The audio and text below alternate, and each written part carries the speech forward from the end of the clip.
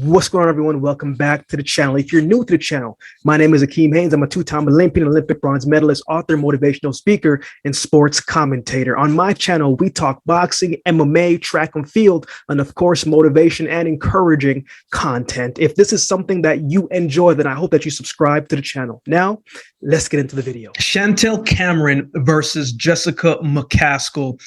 After this fight, we will have another undisputed champion this year. This one is for all of the belts. Both of these women are looking to finish the year strong and become undisputed in the super lightweight division. This is going to be a very interesting and very good fight. Let's get into it. Let's start with Chantelle Cameron. Cameron is coming into this one with a record of 16 wins, no losses, 8 wins by way of knockout. She's got the height advantage. She's got the reach advantage, but I don't think that will pay too much of a dividend in this one. She applies the pressure early, right? She uses her jab well to get on the inside. She attacks the body well. She moves well inside the ring. You can tell she's very skilled, right? She's quick with her movements as well. Not the Alicia Baumgardner quick and reflexes, nor the Katie Taylor quick and reflexes, but she's quicker than I think most people think. And one thing I like about her as well too is she disguises her attacks very well.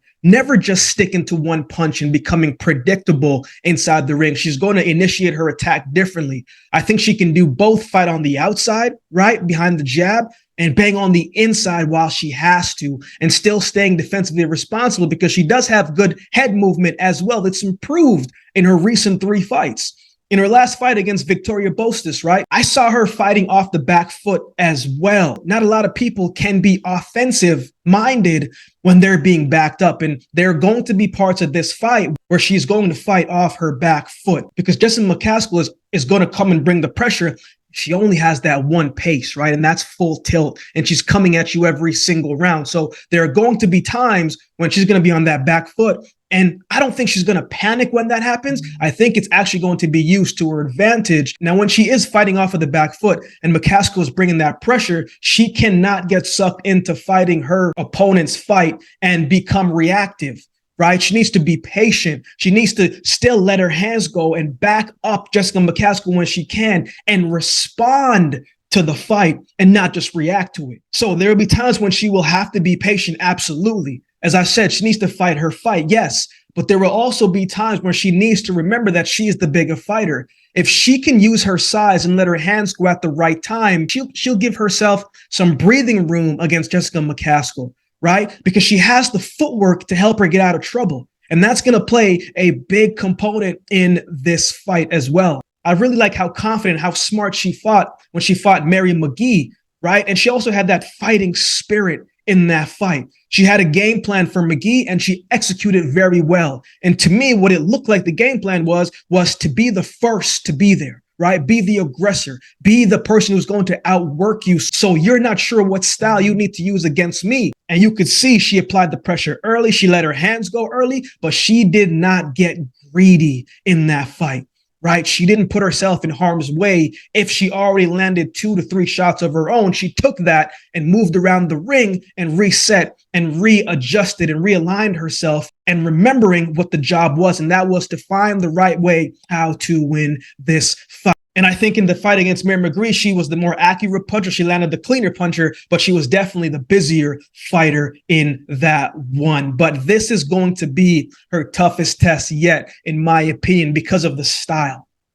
How she handles the pressure early and the adjustment she makes in the middle round will decide what happens in this fight. Let's talk about Jessica Mccaskill. Jessica Mccaskill is coming into this one with a record of 12 wins, 2 losses, 5 wins by way of knockout. She's been on a great win streak since her loss in 2017 to Katie Taylor, right? She's faced some very good opposition along those years, right? Most notably when she beat Cecilia Brækhus twice. So she knows championship fighting. She's been there, right? And of course, she's a champion herself. And she has something that Chantelle Cameron doesn't have, where many people would say it's actually a negative thing, and that's a loss. Being able to come back after a loss, to me, says a lot about you, the person, and how you handle adversity. I know we're in a time in boxing where people covet that perfect record, right? But you don't know how strong you are. You don't know how good you are. You don't know what you need to improve on all the time until you take a loss. And then you have to sit with that and say to yourself, how am I going to get better? How am I going to fix this? And the losses that Jessica Mccaskill has taken, she has gotten better and she's fixed some of those mistakes. But most importantly, to know along those losses come mental toughness and mental strength. Jessica Mccaskill has both components. Mccaskill is going to come into this one and try to set the tone early. She's going to bring the hands and she's going to bring the aggression. She might only have 5 knockouts, but she's got pop in her shots. When she lands her shots cleanly, man, better believe her opponents feel it, right? She throws everything with bad intentions. She swings high, she swings heavy, she swings hard. Now, sometimes it looks great when she's in her groove and she's got her opponent's timing and everything is fluid and everything looks great. But there are also times when I've seen her swing and she misses wide and she leaves herself open to being countered and definitely getting hurt. It happened a few times against Alma Ibarra, but Ibarra didn't have the skills to take advantage of the opportunity nor the confidence. So Mccaskill was able to get away with it. But against someone who was as skilled and as quick as Chantelle Cameron, that's not going to work well for her because she will get countered, or maybe even worse. Cameron may fire back with a power shot of her own if she can find her timing. My thing with Jessica Mccaskill has also been this. Her output is so high that she often tires herself out going into the second half of the fight. That's when she gets hit. That's when she gets a little bit lazy. That's when she slows down a little bit. I didn't see that in her last fight, though, against Ibarra. Every time in that fight, I thought she was tiring out. She would come back the next round with even more energy, right? So clearly something has been improving in her camp in the way that she's been training, because last fight, she looked really good conditioning wise. Now, Mccaskill sometimes fights emotionally to me. When she gets hit with a shot that she didn't think that she was going to get hit with, she wants to get that get back, right? She wants to come back and hit as soon as she gets hit. Against a counterpuncher, against someone who has quick hands, like a Chantelle Cameron, right? That is not going to be how you get back at someone. If Cameron can stay patient, she will be able to take advantage of that because she will have her openings in this fight. So this is going to be a very interesting fight, as I said at the beginning, and it's a tough one to pick depending on what you're looking at and what you're looking for. Judges like aggression. They also like clean shots. I think they also like good defensive movement. Can you hit your opponent and you not get hit? I'm not sure what the odds are, who the favorite is in this one. Perhaps it's Jessica Mccaskill, I don't know. But I'm leaning towards Chantelle Cameron in this one. I just think she can do a little bit more. I think she'll make better adjustments in the fight, right? Jessica's style is just that relentless pursuit and that pressure to break down her opponents. I think you can only get away with that style for so long before you have to switch things up. Cameron will switch things up and adapt to the style that will get her the win.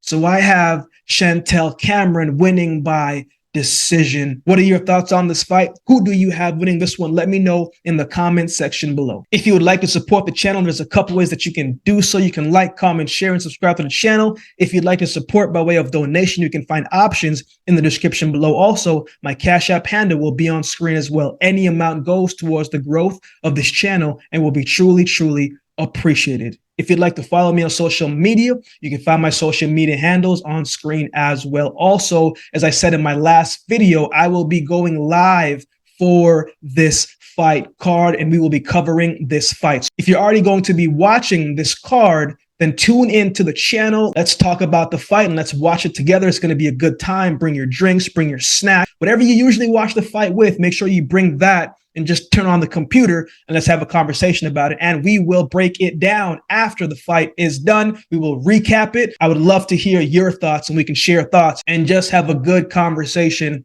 about what we just saw. So if you've been watching the video this long, then do me a favor and subscribe to the channel and we'll definitely see you next time.